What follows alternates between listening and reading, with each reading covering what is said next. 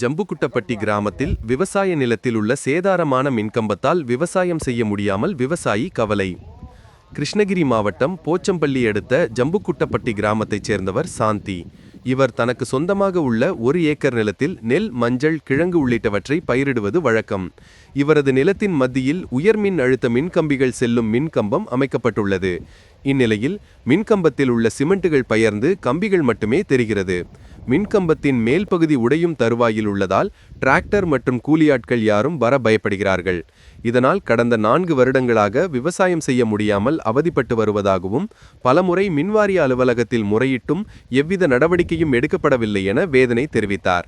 மின்கம்பம் உடைந்து விழும் முன்பு அவற்றை மாற்றியமைத்து கொடுக்க வேண்டுமென கோரிக்கை வைத்தார். ஹச்டி லைன் போகுது எங்கள் நிலத்தில். நாங்கள் பண்ணையம் பண்ணுறதுக்கு பயமாக இருக்குது. எந்த டிராக்டருக்காரங்க கூப்பிட்டாலும் எங்கள் கழனிக்கு யாரும் வரதில்லை ஓட்டுறதுக்கு. நாங்களே தான் இப்போ பண்ணையம் பண்ணிக்கிறோம். இதை பார்த்து சரி பண்ணி எங்களுக்கு மாற்றி கொடுக்கணும். நாங்களும் சொல்லியிருக்கிறோம், போய் இது மாதிரி மின்சார அவங்க கம்பெனி இதில் சொல்லியிருக்கிறோம். அவங்க எதுவுமே பார்த்து எந்த நடவடிக்கையும் எங்கள் இதில் எடுக்கவில்லை. எத்தனை வருஷமாக இது மாதிரி கம்பம் இருக்குது? இது இருந்து 5-6 வருஷமாக இருக்குது. அவங்க பார்த்து எதுவும் தகவலும் சொல்கிறதில்ல, மாற்றி கொடுக்கவும் இல்லை. என்னென்ன மாதிரியான பிரச்சனைகள்? இதில் மழை பெஞ்சால் இதில் கீழே கால் வைக்கிறதுக்கு பயமாக இருக்குது. கொஞ்சம் சேக்கடிக்கிற மாரியே வெறுன்னு வர மாரியே இருக்குது. இந்த கல்வி நாங்கள் எந்த பண்ணையமும் பண்ணாத சும்மா தான் வச்சுருக்குறோம்.